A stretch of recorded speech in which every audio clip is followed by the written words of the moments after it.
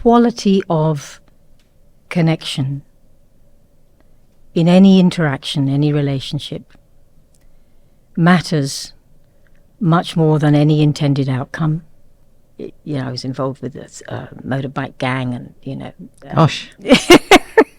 and I lose it, completely lost it, and start screaming at him, and he says, "Oh yeah, Mum, you've just been to meditation, have you?"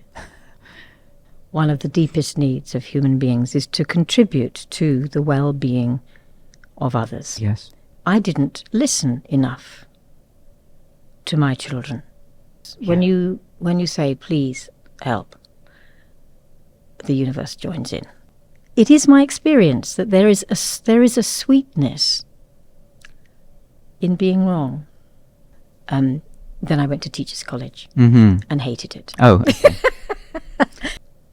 The way of life of a monk was so familiar to me. And I was very wary of an Indian guru. I went to somebody who was much more experienced in the system, and I said, "Why am I crying when we have these group meditations? In something like a spiritual journey, how the heck could you ever imagine you could do it alone?" Woof woof. Welcome to KANHACAST.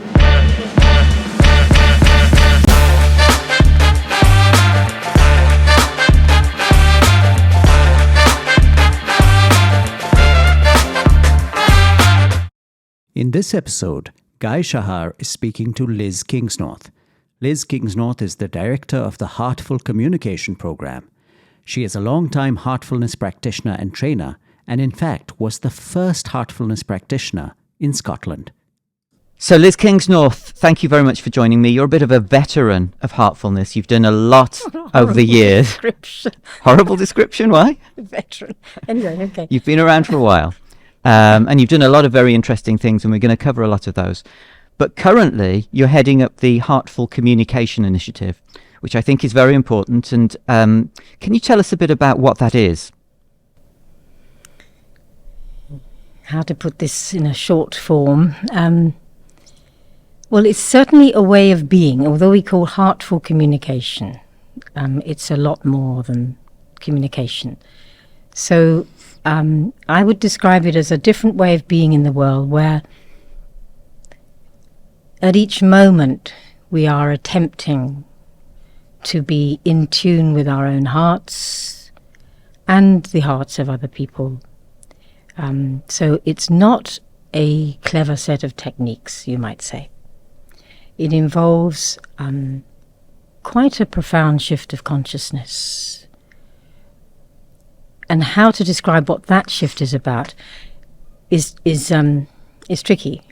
But I would say it's about realizing that the quality of connection in any interaction, any relationship, matters much more than any intended outcome.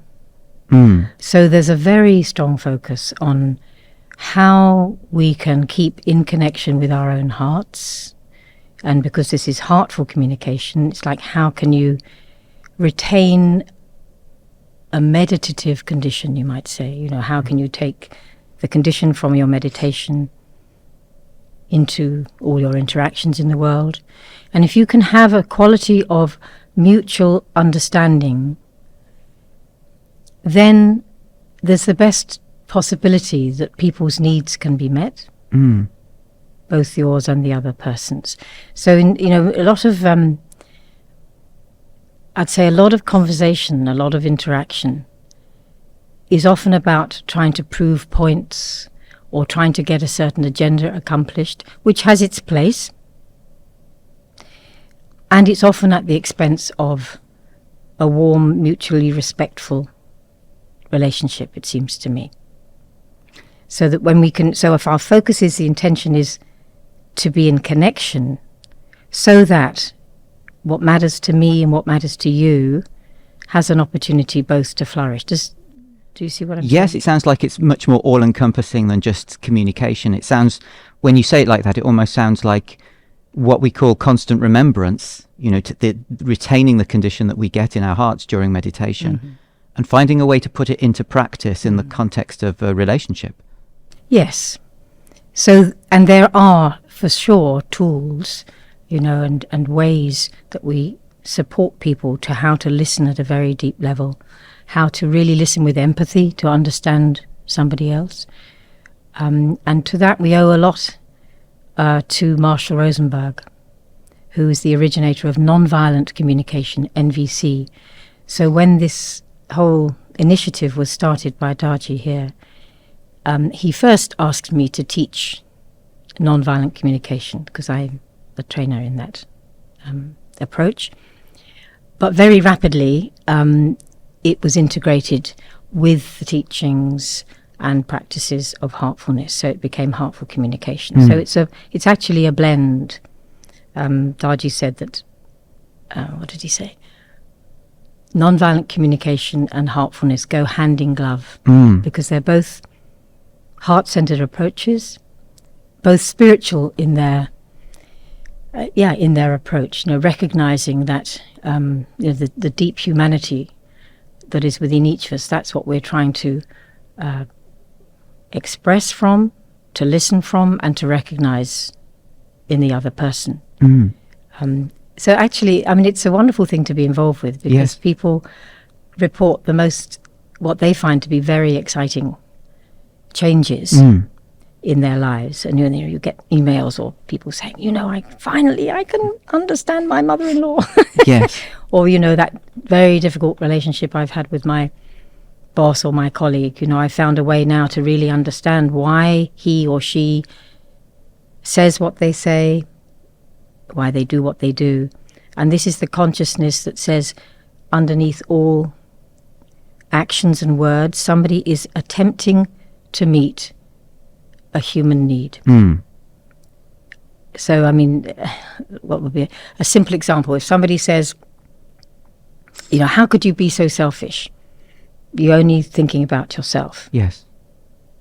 What you learn to hear is that inside the heart of that person, beneath the accusation, beneath the judgment, is a longing to be considered, to be taken into account, or to be supported. Do you see? Yeah. Like you hear that there's a need in there.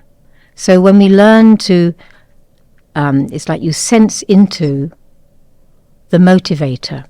What is motivating somebody to say what they do, say what they say, and to do what they do? It brings a level of compassion. Yes.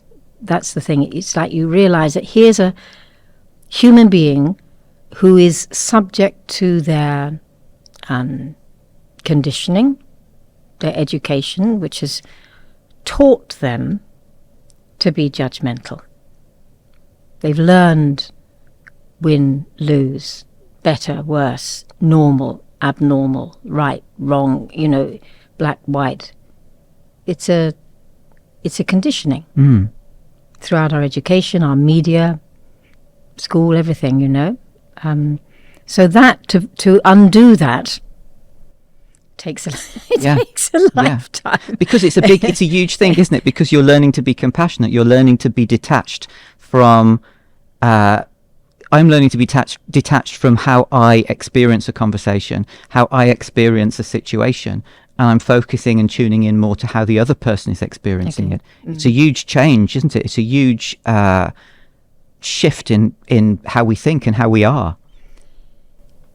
Yes, I guess I experience it more as a returning, actually, to who we are in our true nature.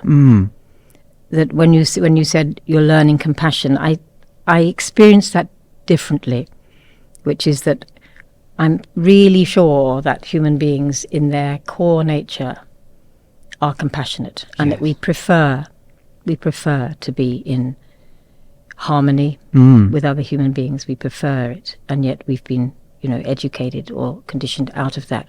So it's more like a remembering. Yes, I would say. Yes, of who we really are, and so this approach of heartful communication supports people. I think that's why it's so nourishing for people to embark on the journey of heartful communication, because it's like saying, "Oh yes, yes."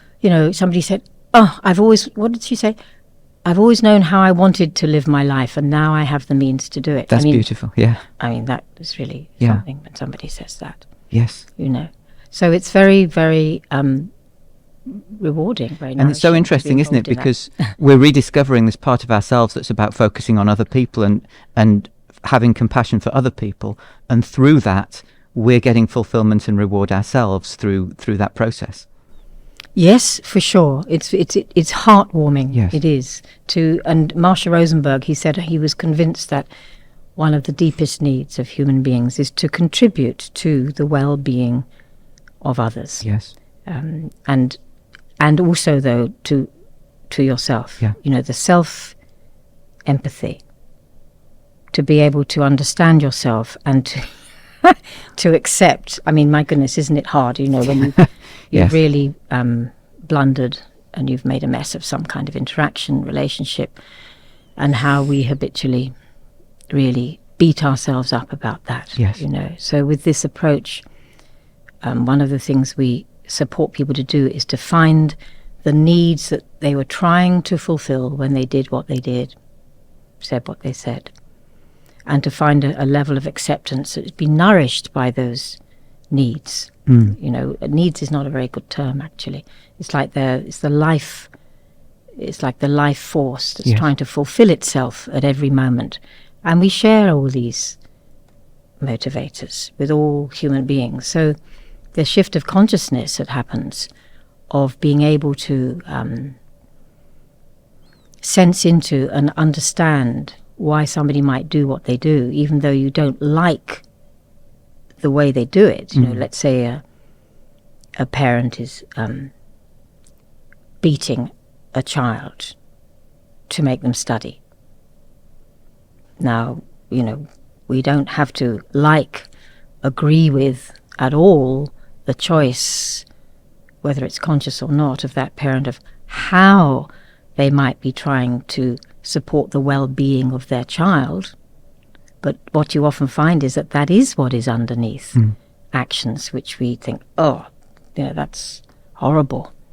But then when you go down at the deeper level and you find that this person is longing for this child to, you know, to be successful, to have a happy life, a fulfilled life, it's just that the way they're doing that, they attempt to meet that need, is not meeting the need of the child. Yes, and that's something that we don't see very often in society. Is we think that if we accept the behaviour, we're accepting the person, but we can sort of refuse to accept the behaviour of beating the child at the same time as accepting the person, accepting their motivation. Their motivation, yes, at the deepest level. Yes, you know, at the really fundamental level. And I've, you know, having worked with this process now for so many years, I'm convinced that is almost always the case, that people are trying to fulfill something which is like a longing in their heart that is towards fulfillment. So can you talk us through a little bit how that might work then? Because if we use the example of a parent beating the child, it might seem on the surface like their motivation is to be respected, to make the child disciplined, to make the child, you know, to subordinate the child in a way. How could it work? How could it possibly be that beneath that there's a positive motivation for the child?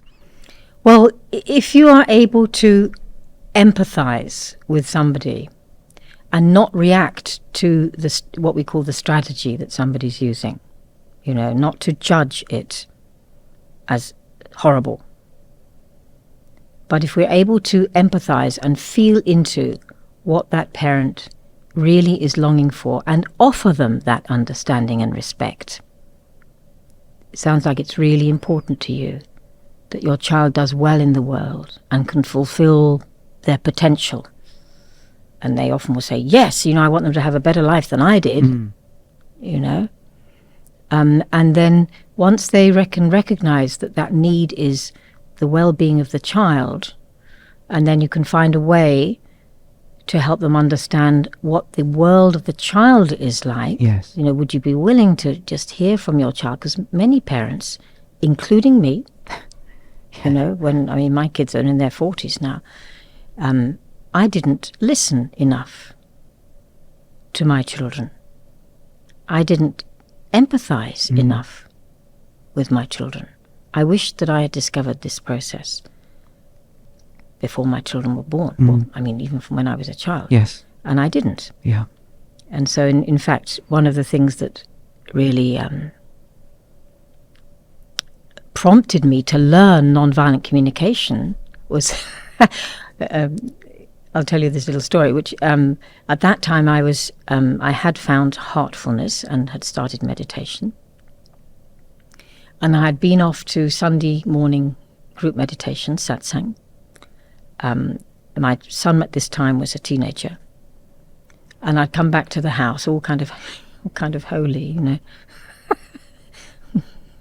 In my, my nice, calm, meditative state. I walk into the house and I see this indescribable mess that he and 6 pals, have left, the kitchen, absolute pig's breakfast all over the house. And I lose it, completely lost it, and, start screaming at him. And he says, "Oh, yeah, Mum, you've just been to meditation, have you?" Yeah. I mean, boy, that was really a wake up. And so I thought, I really need to do something about this. And so I mean, in the way that life works, within, I think, a week of that happening, I picked up a magazine. I think it might have been in the doctor's or the dentist waiting room or something. And here was an article about nonviolent communication. I thought, I have to learn that. So I took myself off down to Oxford in England. I was in Scotland. And started on to learn this from a very wonderful trainer down there. So I was very, very grateful. The universe, when you say, please help, the universe joins in. Well, it's wonderful that you had the humility to take that experience as a wake-up call, because a lot of people would have taken that experience as a challenge and tried to put the challenge down, and you took it as a wake-up call, and you opened yourself up to something new, which came along very quickly. Hopefully that was one of the outcomes of having a meditative practice, a spiritual practice. Yes. Is that, yeah, for sure. So what's the process for learning heartful communication? Is it taught through a course? Because it sounds like it's a very profound thing, and must be an experiential element to it too. Oh, completely, yeah. We teach a program.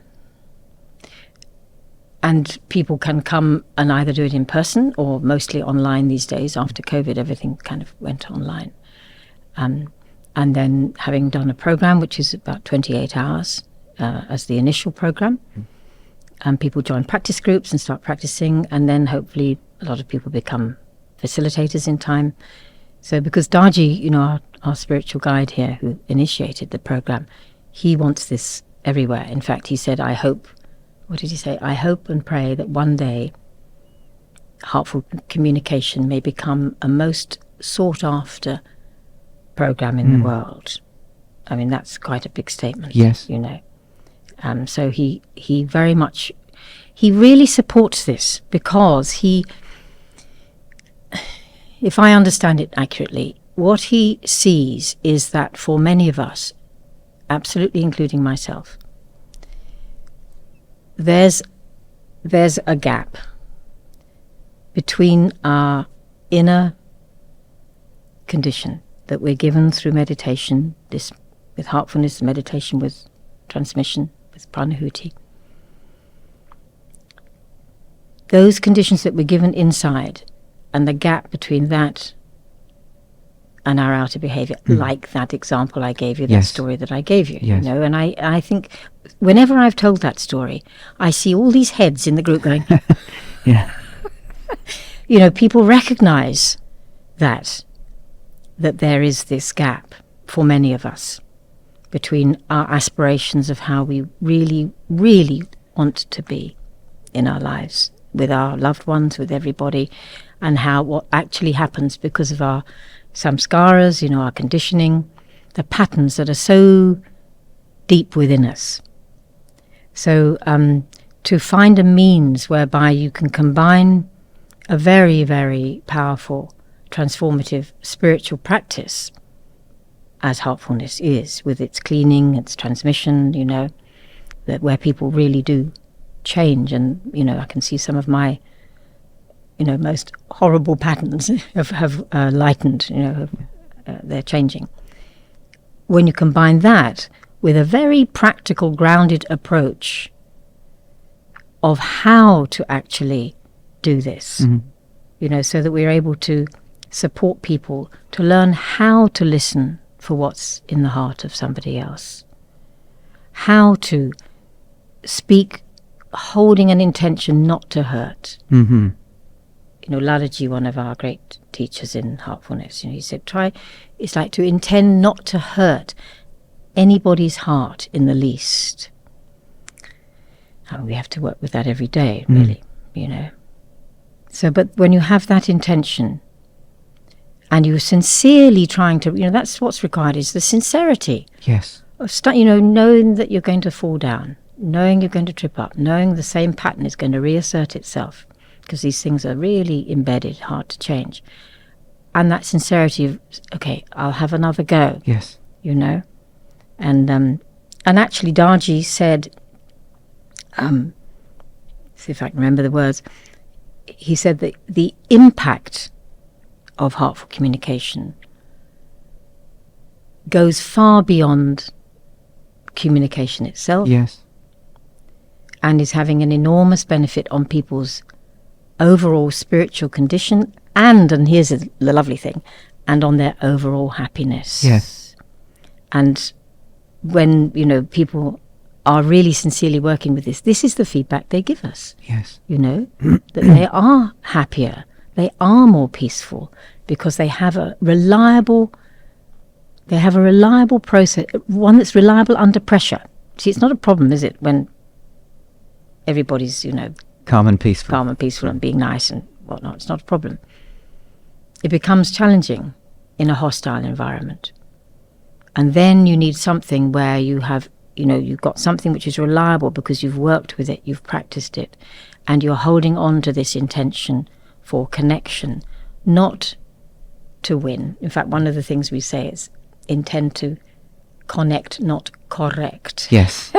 That that we're so often wanting to be right. Yes. If you think about how often we want to do, even in little things, we want to be right. And often that's at the expense of the relationship. Because if we're right, then somebody else is wrong. Yes. If we win, so-called, somebody else is losing. So actually, you're not winning anything. So Charji used to talk so much about how much it was more helpful to be wrong than to be right. Yes. Not easy to do. But actually, it is my experience that there is a sweetness in being wrong. There's a softness in being wrong. I can't always manage it, because my patterns for wanting to be right and to do things in a certain way, they're very strong. I've always found there's a sort of freedom in humility, and if you don't have the humility naturally, there's a freedom in being humiliated in a sense. Yes, I mean, it's great, isn't it, if your ego takes a bashing? Yes. Hooray, bring it on. Yeah. And I'm not surprised it makes people happy, because, would I be right in understanding that it's so profound that what it's actually doing is taking the condition that we get during meditation and actually teaching us what to do with it to manifest it in the best possible way in the world. Yeah, I like the way you've put that in a nutshell. Yeah, it is like that. And how did you get involved? You told us about how you got involved in nonviolent communication. How did it come about that came into heartfulness and became heartful communication? Oh, okay. Well, 4 years ago, I was just visiting here, KANHACAST, this ashram, for a spiritual renewal time, of 2 or 3 weeks over the new year. At that time, I was living in Scotland, back in Edinburgh, having previously spent 10 years, by the way, living in Chennai, working voluntarily in a big school there, called Omega School. And then Darji had guided me to finish there and to go back and work in the UK.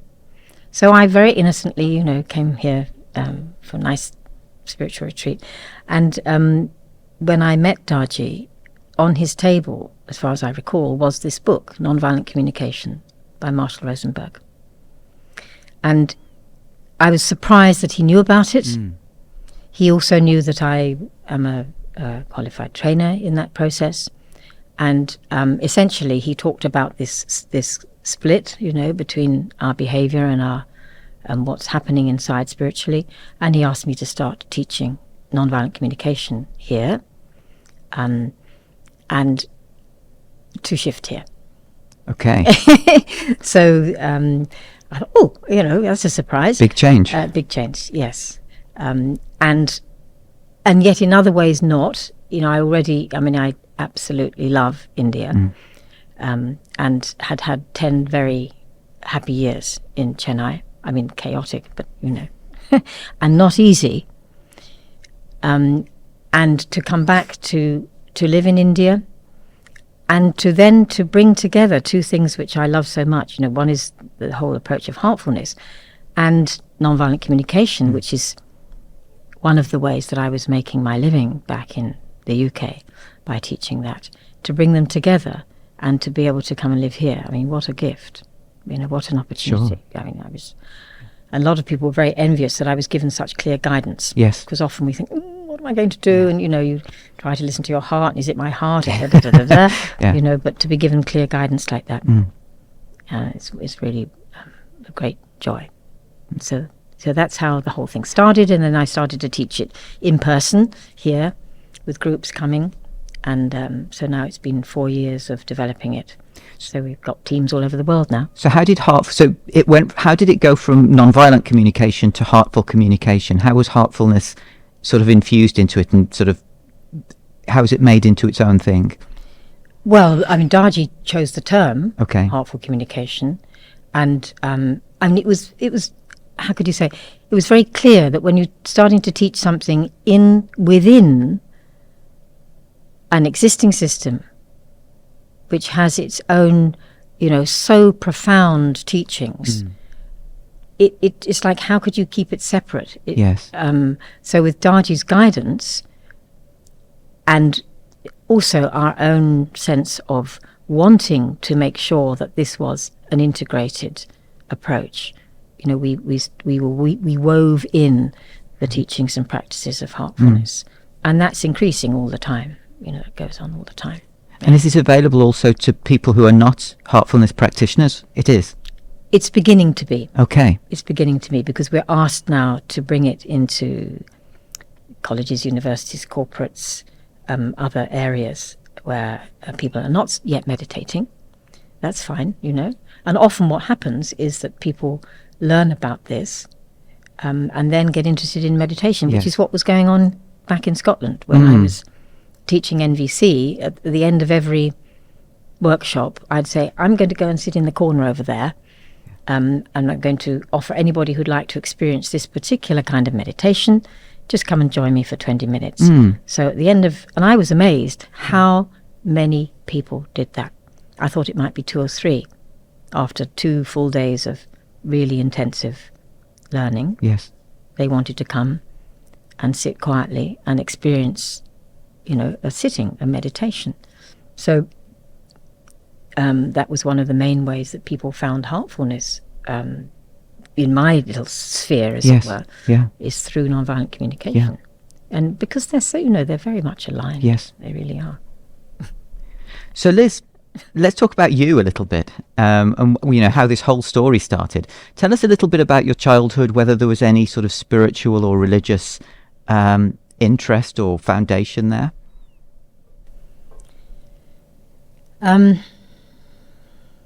Well, for me as a child, it was nature. That was. I was actually inside a very solitary child, although not on the outside, but inside my inner world. What was nourishing me and what meant so much to me as a child was everything to do with nature. But I was brought up in the suburbs in England, the south of England, in a very, very ordinary little house in a housing estate.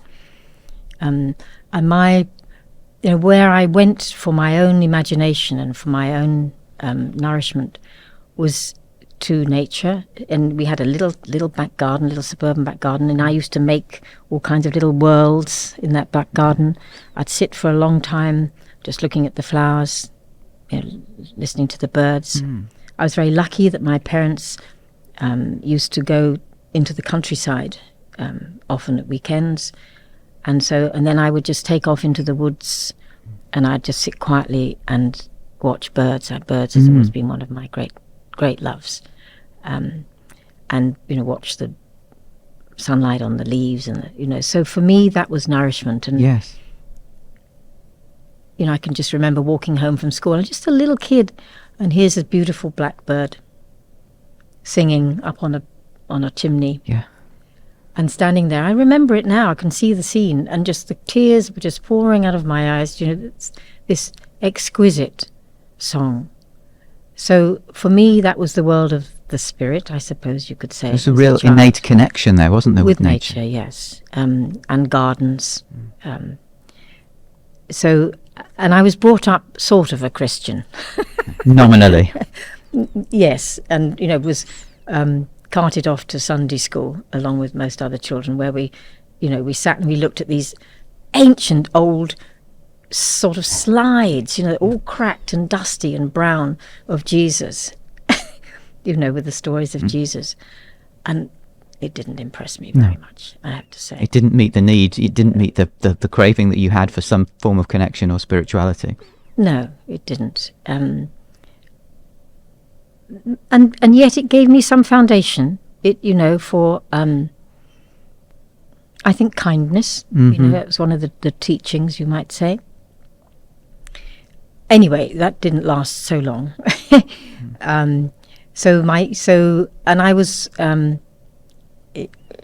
quite a naughty child. Oh yeah? I'd say, yeah. I really didn't enjoy school at all. I couldn't wait to get out of school. I failed. I didn't pass exams. What was this about school? Can you pinpoint what it was that you didn't like? It was the oppressive nature Yeah. of the teaching. Yeah. And I went to an all-girls high school, and the teachers really were not very kind, most of them. And it was all focused on the girls who really were successful. Yes. And Yes. and I was not. Yeah. I had things which I enjoyed, like English, literature, and so forth, art. But I couldn't be doing with exams. So it was I almost- didn't pass them either. It was almost that school was a transgression of your values then, in the sense of kindness. There was no kindness. There was no. Well, no, there was some. It's not. I don't want to go into huge black and white Yeah. about it. But it wasn't. School was not a particularly happy time. So I was very relieved to. In fact, from there, I was accepted for a program called Voluntary Service Overseas, VSO. Okay. And in those days, even school leavers could go to a developing country and be well used as a volunteer. So aged 18, after a fairly not a peaceful teenage years anyway. I was involved with this motorbike gang, and Gosh. yeah.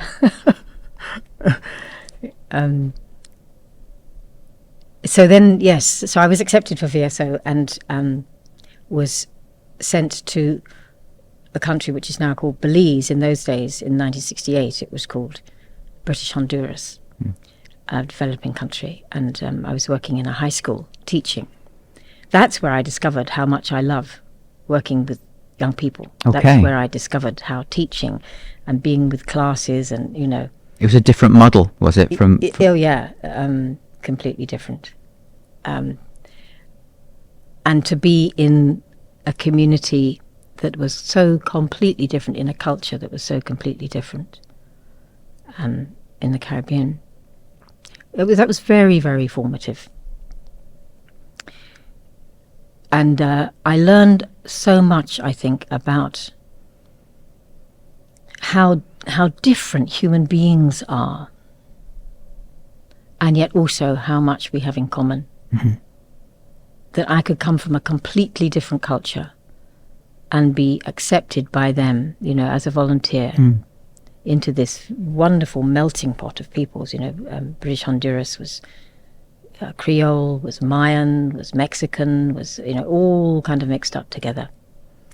I loved those 2 years, although they were not easy in many ways. And there was quite a lot of danger, physical danger as well.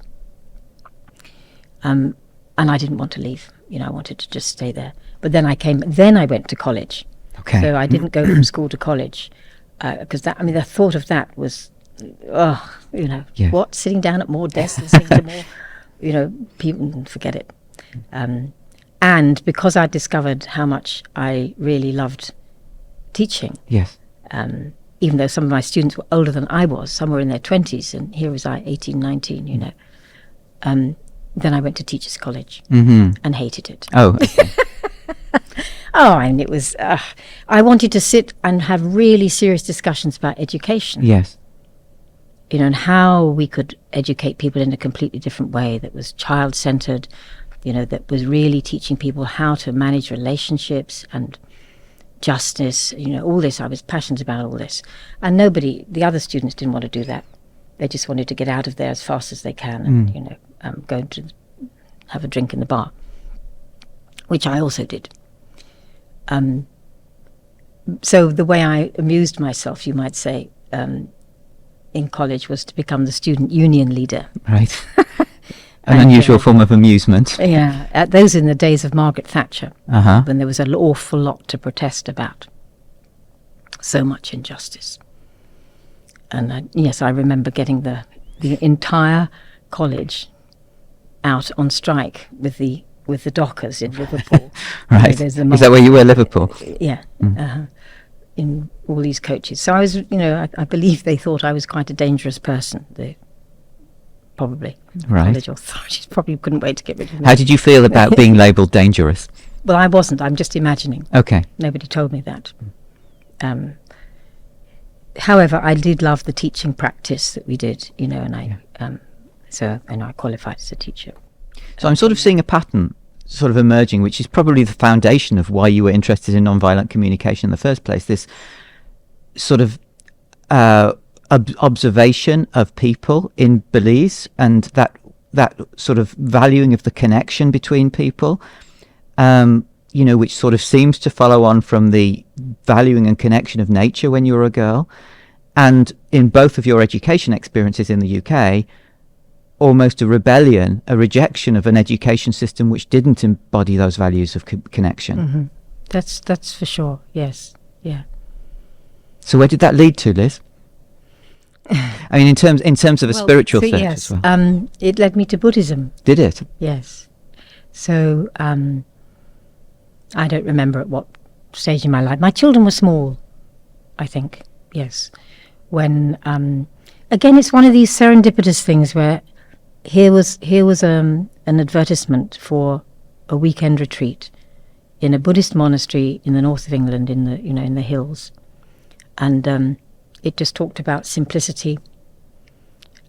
And I thought, I'll just go and try this. So off I went down for this weekend retreat to this Buddhist monastery, which had men and women both as monks, and was really very, very moved inside by their way of life, their extraordinary compassion for all beings. I remember seeing on that first trip a little box on a windowsill in the kitchen, I think it was, and the box had a label on it. It said "Dead Beings," and I opened the box, and you know what was inside? Little flies, Okay. ants, little insects. And I said, "What are you doing with those?" And they said, "When there's enough of them, we'll have a funeral." Wow. I mean, that really touched my heart, that every being was treated with such love and respect, you know, extraordinary. So to have those Buddhist teachings of mindfulness, of being present in the moment, you know, of deep respect for not just everything, not everyone, but everything, you know, the building that you're in, the chair you sit on, the plate that you eat your food from, and the bed, we didn't have a bed, we lay on the floor, but that, it's like, yes, there was a really resounding yes within me to this. So I became a very committed Buddhist. This was Soto Zen, contemplative Zen. And I did what they call taking the precepts. That's where you formally become a Buddhist. I wore robes when I went to the monastery. And the way of life of a monk was so familiar to me. Okay. I mean, I'm absolutely sure. I've been a monk, Yeah. a Christian monk, probably and a Buddhist monk, and in probably several other lives. It was so familiar, and I loved that discipline and the structure of the days. And at the time, I loved all the chanting and the ritual of it. Some of those times were very. I had some very deep insights and really transformative experiences in those years. And when I look back at my journals,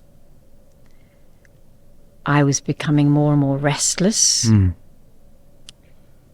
because there was a way in which I was thinking, so really, what is the point? And the meditation was an open eye. You sit on a zafu and you look at the wall with your eyes open. And this particular form of meditation didn't really work so well for me. I found it very difficult physically, and I was not able to really go inside.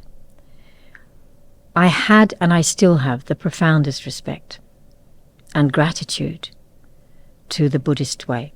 For me, and I can only talk about myself, for me it was like a really important stepping stone, you might say, from religion to spirituality. And so I found that for me, the ritual was not doing what I think it was intended to do, which was to take me inwards. It was throwing me outwards. And I was, getting very taken up with the rituals, which are very beautiful and profoundly meaningful in their symbolism. But still symbolic. Yes, and I just thought, no, something that is really empty, still. And perhaps my oldest friend, my dearest friend down in England, Rosalind, she was already practicing in Heartfulness. And she just very gently said, would you like to try this?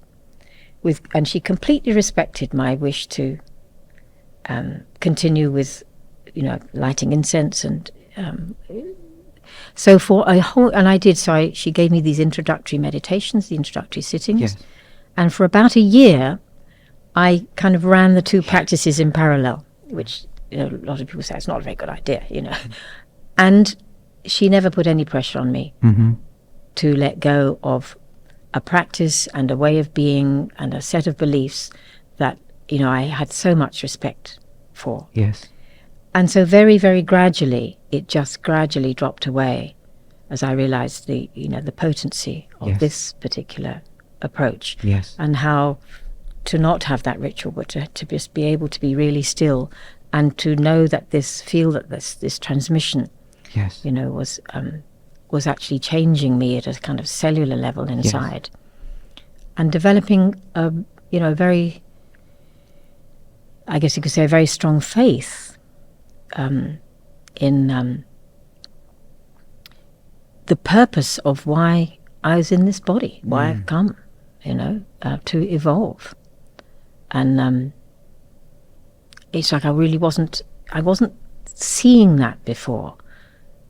In Buddhism, of course, he has to move towards enlightenment, and then to have what for me was a more profound goal of really returning home, you might say, to becoming one with whatever you want to call the divine. Call it whatever you like. Sometimes I just call it the management department, because that's what it seems to be a lot of the time. That was very different. What a journey! And it sounds like that weekend retreat was such a transformational point of going on that Buddhist weekend, and then those Buddhist years. How many years was it? oh gosh, I don't remember now. Maybe 10. I can't Wow. remember. It sounds like that really answered a call that you had that you didn't even know that you had. But at the same time, it sounds like there was also that really clear, it might have been unconscious, but really clear inner sense of purpose, which is, this is great, but there's something that's not quite there that I need, which Yes. led you to be open to heartfulness. Yes, yeah, there was still some kind of a longing, Yeah. which I don't think really I could even name what it was. Yes. But it's like in your heart, when you find something that you know, well, I use, it's like, you know, can take you where you need to go, you know, and that knowing is not here. It really is in the heart. Yes.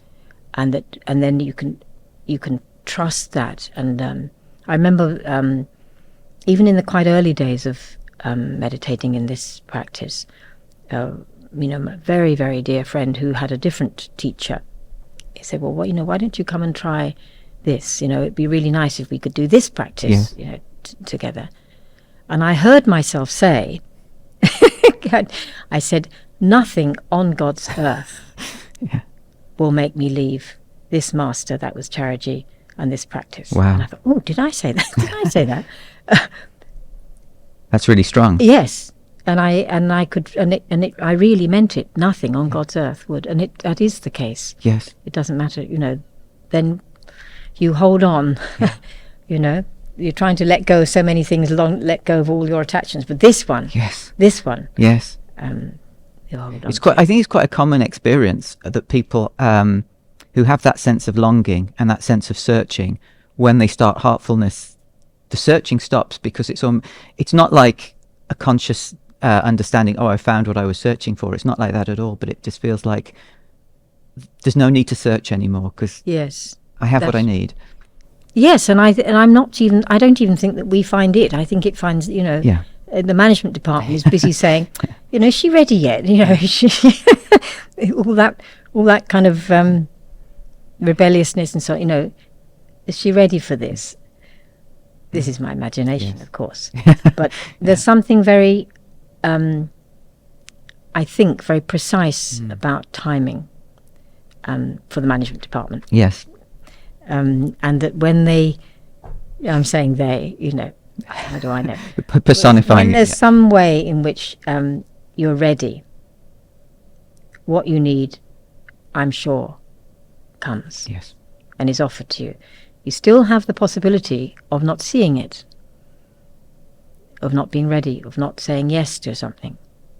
And, my yes at the beginning wasn't, it wasn't like this is it. It really wasn't like that. More subtle. And also quite grumpy.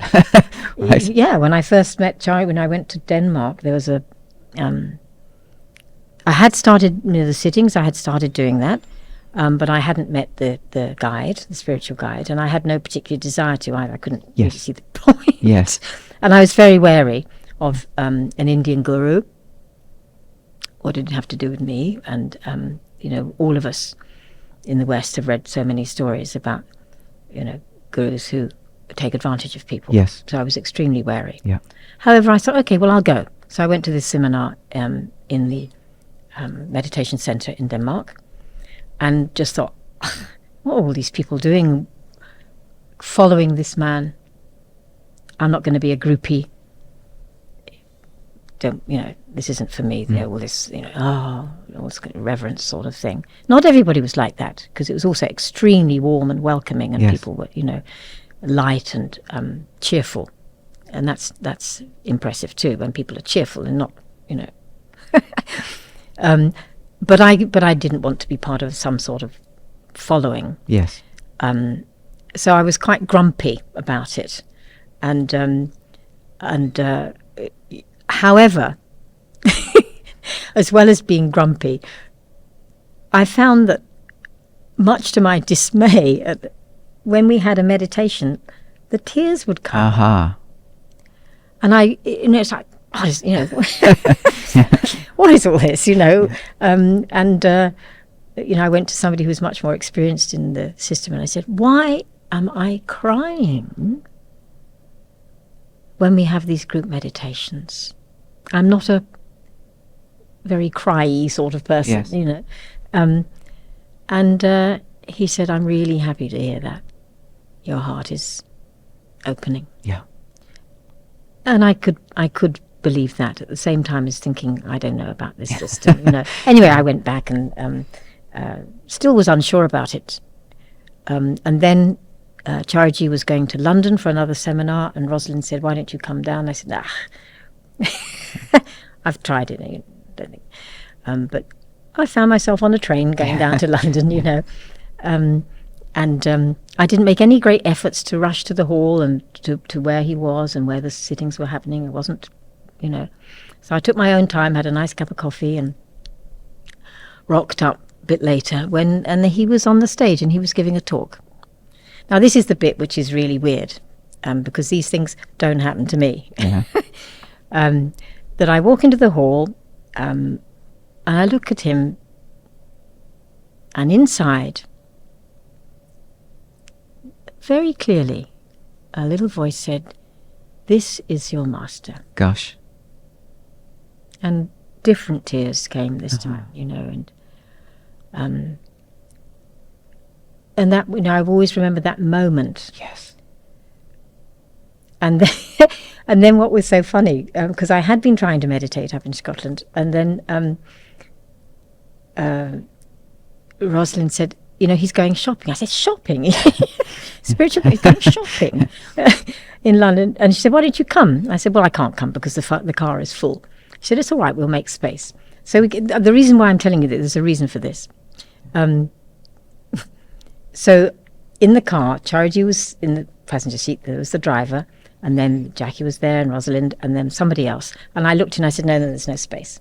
And Ros said, well, just come and sit on my lap. So here I am sitting on her lap with the, like this, right? In other words, I'm completely trapped in this car, right? I can't move. And at that point, Ros says to Charity, you know, there's quite a lot of people in Scotland interested in this practice, because I was the first one to be meditating in this practice there. And he said, oh, really? Are there any trainers? You know, are there any preceptors, any trainers in Scotland? And she said no. So he looks at me, and I'm like this, right? He said, you want the job? I said, no, I'm not ready. He said, you'll never be ready. Gosh. You'll never feel ready. Wow. I said, oh, all right. And he stuck his hand out and he shook my hand. So you're still a little, you know, still a little cold on the idea, even though you'd had this revelation almost that he's my master.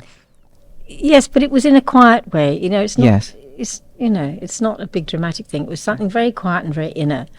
But I certainly didn't think that I would be ready to support other people. Yes. But then we never are, you know. And what you realise very fast is that you're not doing the work anyhow. Yes. You're just the mug who sits in the chair, you know, and you're being, you know, used in a way which, of course, is a great gift to ourselves. So then, he gave me the sittings to become a trainer. When you had that experience in the hall and you saw him and you had this voice, you are my master, or he's my master, what did that word master mean to you? Because a lot of people in the West, this word master is a strange concept, and most people will just think, you know, in the way you were thinking when you saw him the first time, with all people following around, potentially taking advantage. What did that mean to you, he's my master, at that time?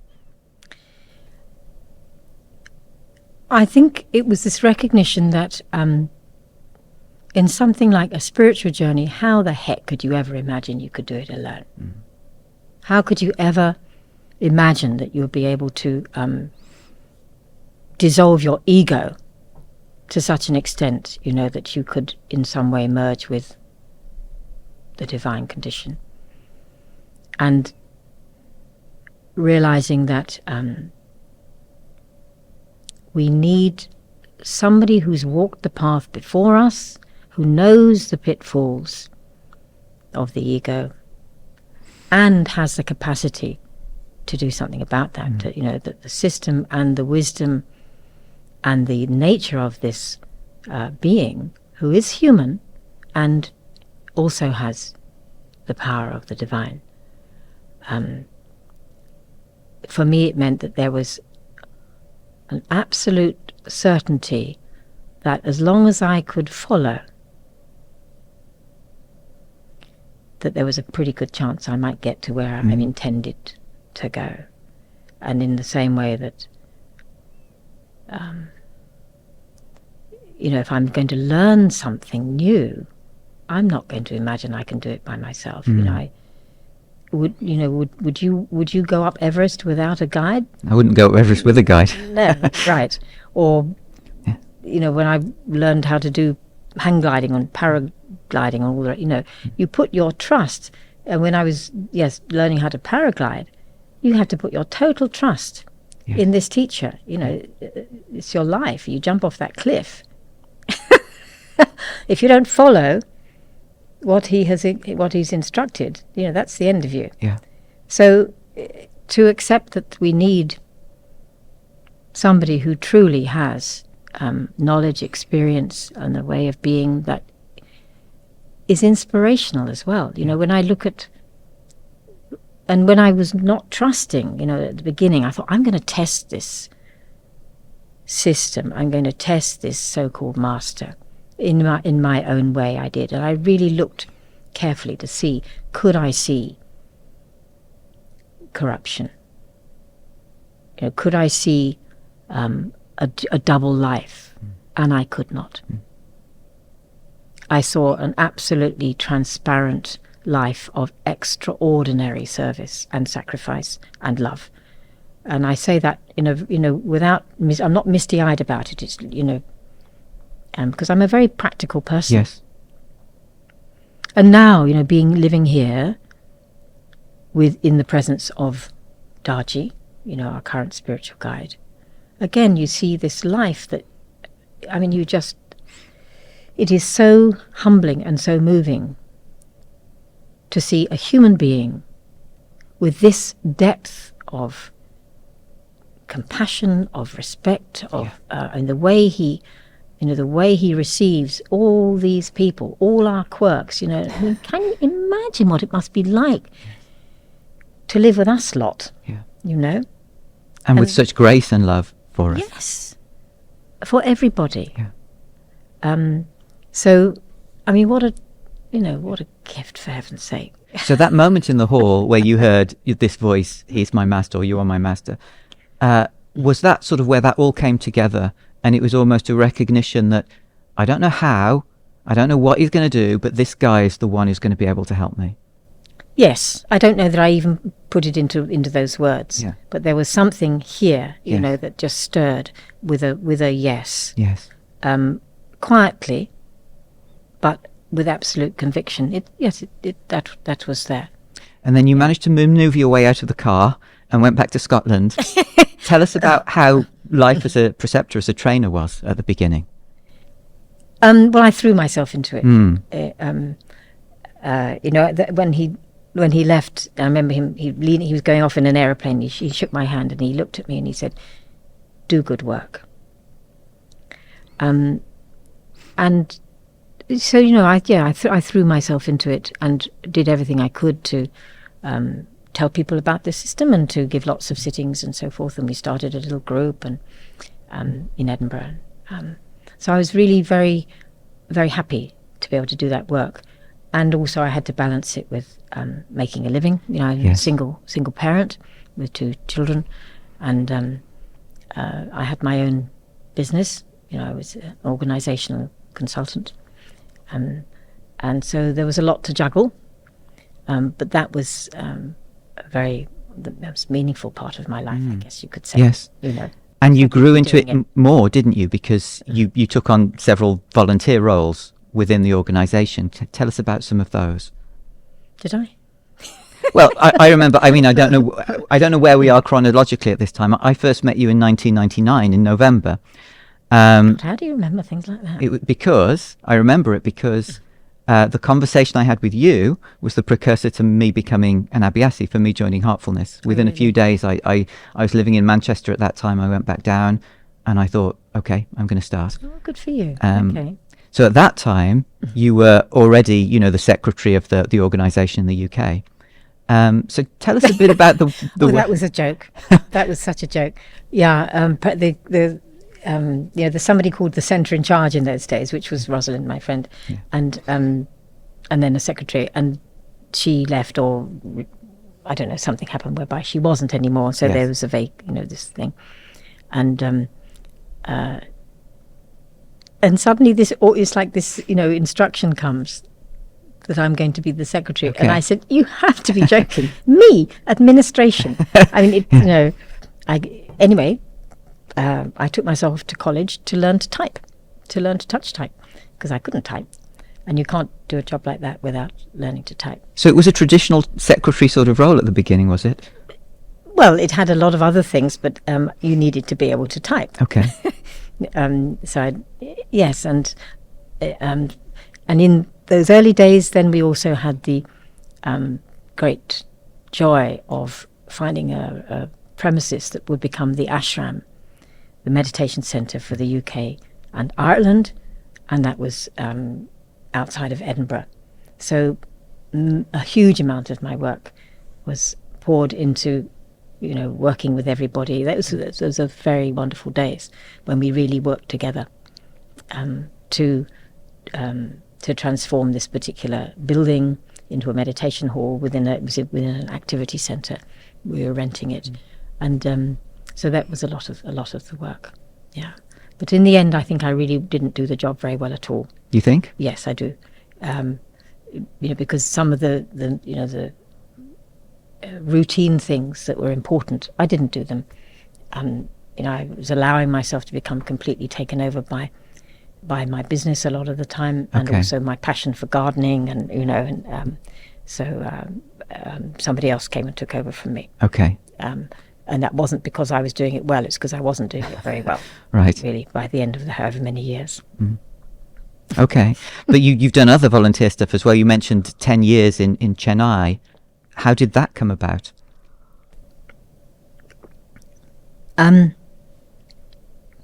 Well, I mean, I was, like many people, going to India from time to time for spiritual retreats, to be part of the community, and to have my own practice deepened, the reasons why people go to the centre to spend time with the spiritual teacher. And I had been regularly doing that, although it involved having to overcome a profound terror of travel. Uh-huh. Not airplanes, but I seemed to, I had a very deep samskara, a terror of being away from home. Okay. I didn't have a passport for 16 years, which is very unusual in the UK. I didn't, even the thought of going from Edinburgh to London was terrifying to me. It doesn't have any reason to it. These quirks. Deep, well, I'm sure from another life. Yeah. Some pretty horrible things, no doubt, might have happened. Anyway, I was terrified of travel, to the point that I would be shaking with fear. And anyway, but this is, one of the things that you discover is that some of your deepest patterns and fears, gradually get released. I had to be willing to put myself there and to go through some of those terrors. And yet we're getting help that you can't even, we can't even measure, we can't imagine. So that now I can quite happily go anywhere without that fear of I'll never come home again. So I had been working with that and coming to India. And then one time when I was there in Chennai, and I think I had visited the school, the which Charaji had set up, the Omega school. And I thought, there's a few things I could offer here,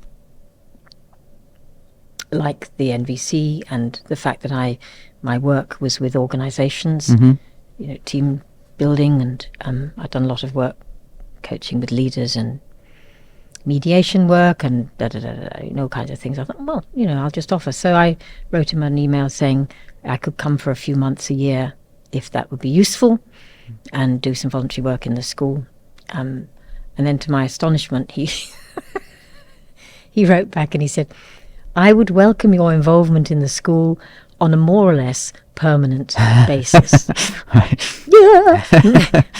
So what had been I'll just go for a few months a year, became, and I realized that he was asking me if I'd be willing to go and live there, which I was.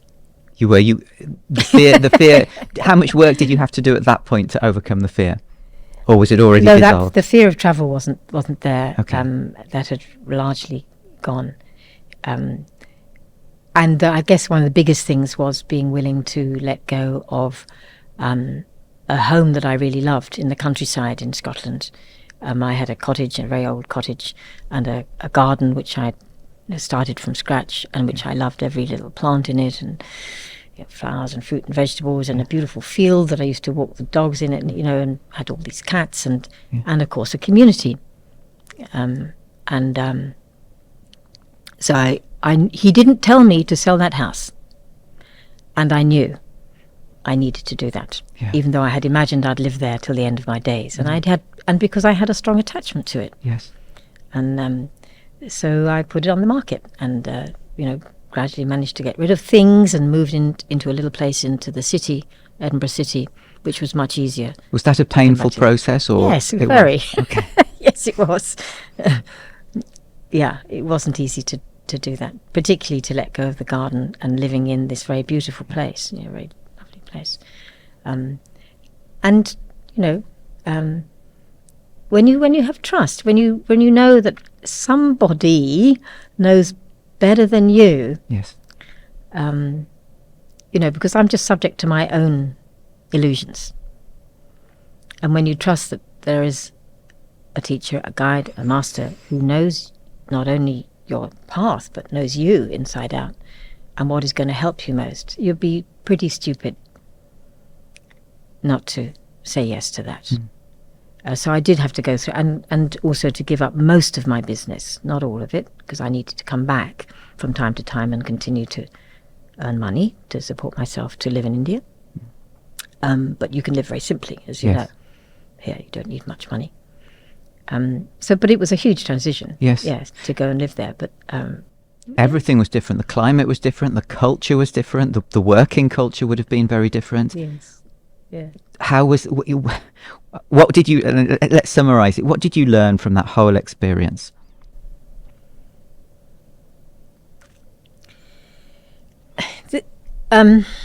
The phrasing of what did you learn? I think it's different. I think it's in what way were you shaped? Right.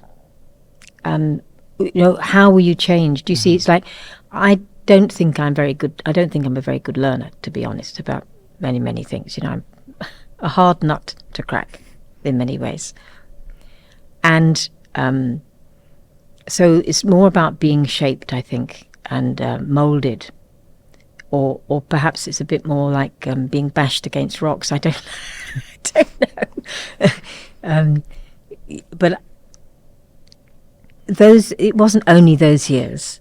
Although India, of course, is such an extraordinary teacher. Things are often very unpredictable. And that's a great teacher in itself, when you don't know what's going to happen. And I'm somebody who likes to know what's going to happen. So to be in a situation where I have strong opinions, I have strong wish, things to be in a certain way, things that I want to change or to that I think can be done in a better way, and then you keep coming up against, events, experiences, personalities, which say, no, you're not. It's wonderful, really. I mean, it's great, So continually sort of being molded in that way, yes, into not my way, but your way. if you put that simply. Yes. You know? Yeah, no, it's very well put. How, I mean, it might be the same answer, but how would you say you're different now to how you were before that experience as a result of it? It's not only that experience. It's, you know, Yes. Once you start meditating in this system, then you're in the meat grinder, aren't you? Yes, relentless. If you're willing.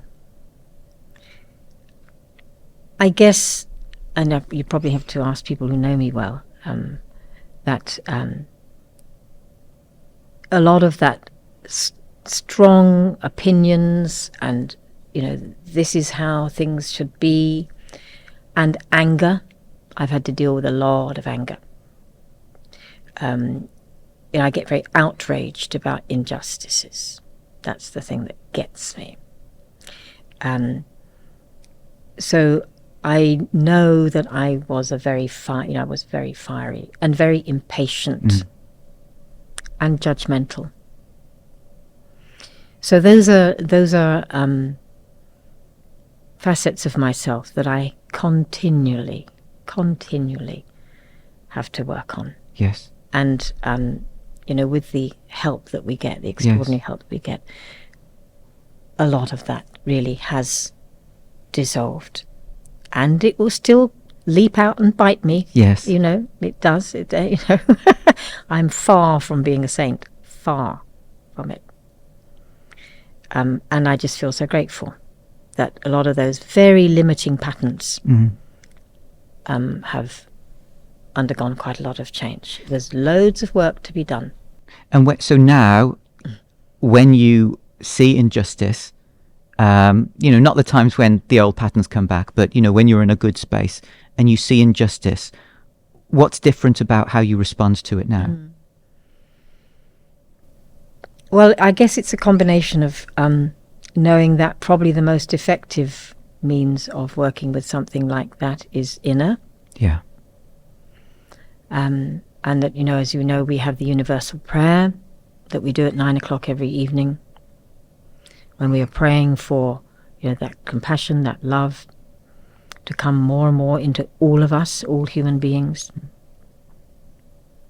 So I now can work at an inner level as well, you know, as the outer. I still do what I can. Yeah. Sometimes in person, sometimes, you know, with letters or whatever, support, money when I can give it. But I'm more and more sure that, you know, the changes which I and probably most people long to see in us as humanity and in the world, I'm absolutely sure that it is only really through spiritual means and the change of heart that, you know, gradually will come in human beings. And I, having been an activist, it's not as if, you know, I was a very, you know, and I was always marching and doing what I could in the outer, and I still do it, but in a, you know, much more measured way, in a quieter way. And I think the other element of it is an awareness that there is a wisdom working that I don't have the hell of an idea how it's working, really. You know, that there is a guidance happening, that humanity is being worked with and guided, and there is a destiny that we create for ourselves.